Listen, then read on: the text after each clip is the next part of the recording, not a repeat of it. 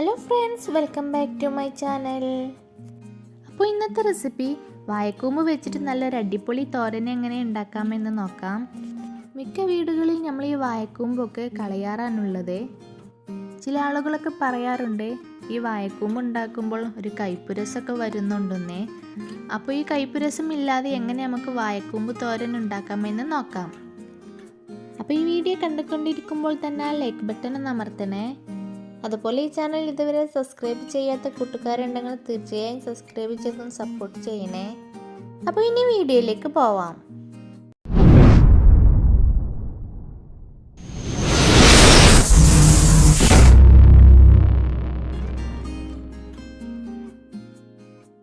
അപ്പോൾ ഞാനിതാ ഒരു വാഴക്കൂമ്പ് എടുത്തിട്ടുണ്ട്.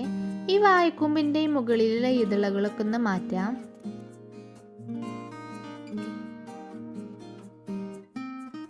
ഇപ്പോൾ കണ്ടില്ലേ, മുകളിലുള്ള ഇതളുകളൊക്കെ മാറ്റിയിട്ടുണ്ട്. ഈ ഒരു വൈറ്റ് കളർ വരുന്നത് വരെ ഈ ഇതളുകളൊക്കെ ഒന്ന് മാറ്റിയെടുക്കണേ. ഇനി നമുക്ക് ഈ വാഴക്കൂമ്പൊന്ന് കൊത്തി അരിഞ്ഞെടുക്കാം. ഇപ്പോൾ ഇത് കാണുന്നില്ല, ഈ വീഡിയോയിൽ കാണുന്നത് പോലെ തന്നെ കത്തി വെച്ചിട്ട് ഇതുപോലെ നന്നായിട്ടൊന്ന് കൊത്തിയെടുത്ത് അരിഞ്ഞെടുക്കാം. നല്ല പൊടിയായിട്ടൊന്ന് അരിഞ്ഞെടുക്കണേ. അപ്പോൾ തോരനൊക്കെ ഉണ്ടാക്കുമ്പോൾ കാണാനൊരു നല്ല ഭംഗി ഉണ്ടാവുകയുള്ളൂ.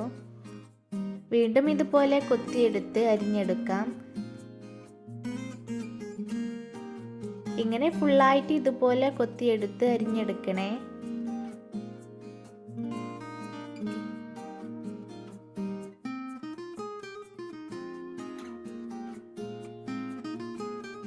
അങ്ങനെ ഇതാ ഫുള്ളായിട്ട് ഞാൻ അരിഞ്ഞെടുത്തിട്ടുണ്ട്. ഈ വാഴക്കൂമ്പിൻ്റെ ഈ ഒരു അടിഭാഗം ഉണ്ടല്ലോ, ഇത് ഒഴിവാക്കാം. ഇനി ഇതൊരു പാത്രത്തിൽ കുറച്ച് വെള്ളം എടുത്തിട്ടുണ്ട്. ഈ വെള്ളത്തിലേക്ക് ഒരു 3 ടീസ്പൂൺ മോര് ഒഴിച്ച് കൊടുത്തിട്ടുണ്ട് കേട്ടോ. ഇനി നമ്മൾ അരിഞ്ഞു വെച്ച വാഴക്കൂമ്പുണ്ടല്ലോ, അത് ഈ വെള്ളത്തിലേക്ക് ഇട്ട് കൊടുക്കാം. ഫുള്ളായിട്ട് ഈ വെള്ളത്തിലേക്ക് ഇട്ട് കൊടുത്ത് കൈ വെച്ചിട്ട് തന്നെ അത് നന്നായിട്ടൊന്ന് മിക്സ് ചെയ്തെടുക്കാം. ഇതിങ്ങനെ വെള്ളത്തിൽ ഇട്ട് വെക്കുന്നത് ഇതിന് കയ്പ്പ് രസം വരാതിരിക്കാനും അതുപോലെ ഇതിൻ്റെ കളറൊന്നും ചേഞ്ച് ആവാതിരിക്കാനും വേണ്ടിയാണേ. ഇതിന് ഒരു അരമണിക്കൂറോളം ഈ വെള്ളത്തിലിട്ട് വെക്കണേ. അപ്പോഴേക്കും ഇതാ നമുക്ക് തോരനിലേക്കുള്ള തേങ്ങയ്ക്കൊന്ന് ചതച്ചെടുക്കാം. 2 പിടി തേങ്ങയും 5 ചെറിയുള്ളിയും ഒരു 4 അല്ലി വെളുത്തുള്ളിയും ഒരു 4 ചീനമുളകും കൂടി എടുത്തിട്ടുണ്ട്.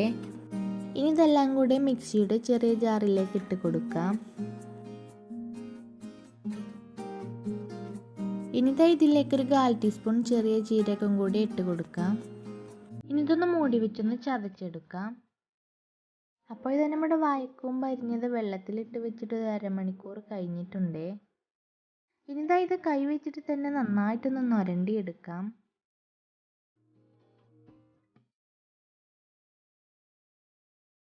ഇനിതാ കൈ വെച്ചിട്ട് തന്നെ ഇതിലുള്ള വെള്ളം നന്നായി കളഞ്ഞെടുക്കാം. ഇതാ ഇതുപോലെ തന്നെ ചെയ്തെടുക്കണേ. കൈ വെച്ചിട്ട് ചെയ്യാൻ പ്രയാസമുണ്ടെങ്കിൽ ഒരു അരിപ്പയിലേക്ക് ഒഴിച്ച് കൊടുത്ത് ഇതിലുള്ള വെള്ളമൊക്കെ നന്നായി കളഞ്ഞെടുത്താൽ മതി. ഇനി ഇതാ വെള്ളമൊക്കെ കളഞ്ഞത് ഞാൻ ഇതാ ഒരു പ്ലേറ്റിലേക്ക് മാറ്റുന്നുണ്ട്. എന്നിട്ട് ബാക്കിയുള്ളതും ഇതുപോലെ തന്നെ ചെയ്തെടുക്കാം.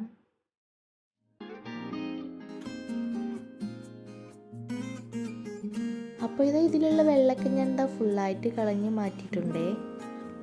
ഇനി നമുക്കിത് കുക്ക് ചെയ്തെടുക്കാം. അപ്പോൾ ഇത് കുക്ക് ചെയ്യാൻ വേണ്ടിയിട്ട് ഒരു പാൻ എടുത്ത് സ്റ്റൗവിൽ വെച്ച് ഫ്ലെയിം ഓൺ ആക്കിയിട്ടുണ്ട് കേട്ടോ.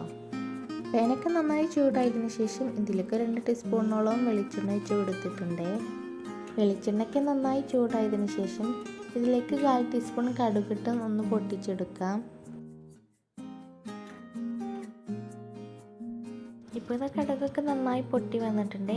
ഇനി ഇതിലേക്ക് 1/4 ടീസ്പൂൺ ഉഴുന്ന് പരിപ്പും കൂടി ഇട്ട് കൊടുത്തിട്ടുണ്ട് കേട്ടോ. ഇനി ഇതിലേക്ക് ഒരു ചുവന്ന മുളകും അതുപോലെ കുറച്ച് കറിവേപ്പിലയും കൂടി ഇട്ട് കൊടുക്കുന്നുണ്ട് കേട്ടോ. ഇനി നമ്മൾ വെള്ളമൊക്കെ കളഞ്ഞ് വെച്ച വാഴക്കൂമ്പ് അരിഞ്ഞത് ഇതിലേക്ക് ഇട്ട് കൊടുക്കാം. ഇനി ഇതിലേക്ക് ആവശ്യമുള്ള ഉപ്പും അതുപോലെ ഒരു 1/4 ടീസ്പൂൺ മഞ്ഞൾപ്പൊടിയും കൂടി ഇതിലേക്ക് ഇട്ട് കൊടുക്കുന്നുണ്ട്. ഇനി ഇത് നന്നായിട്ടൊന്ന് മിക്സ് ചെയ്തെടുത്ത് ഇതൊന്ന് മൂടി വെക്കാം.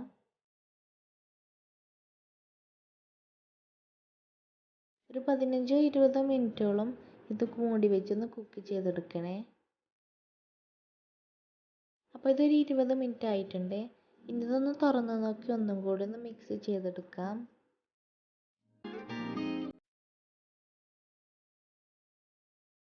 ഇനി ഇതിലേക്ക് നമ്മൾ നേരത്തെ ചതച്ച് വെച്ച തേങ്ങ ഇട്ട് കൊടുക്കാം.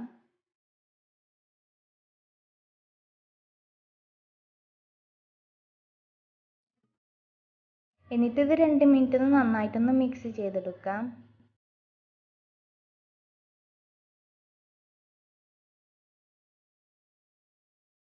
ഇപ്പോൾ ഇത് 2 മിനിറ്റ് ഒക്കെ കഴിഞ്ഞ് ഇനി ഫ്ലെയിം ഓഫ് ആക്കാം. അപ്പോൾ ഇത് നമ്മുടെ വാഴക്കൂമ്പ് വെച്ചിട്ടുള്ള നല്ല അടിപൊളി തോരൻ ഇതാ ഇവിടെ റെഡി ആയിട്ടുണ്ട്. ഇനി വാഴക്കൂമ്പ് കിട്ടുമ്പോൾ ഇതാ ഇതുപോലെ ഒരു തവണയെങ്കിലും ഉണ്ടാക്കി നോക്കണം കേട്ടോ. അപ്പോൾ ഇന്നത്തെ വീഡിയോ എല്ലാവർക്കും ഇഷ്ടപ്പെട്ടെന്ന് വിശ്വസിക്കുന്നു. ഇനിയൊരു പുതിയ വീഡിയോ ആയിട്ട് വീണ്ടും വരാം. അതുവരേക്കും ബായ്.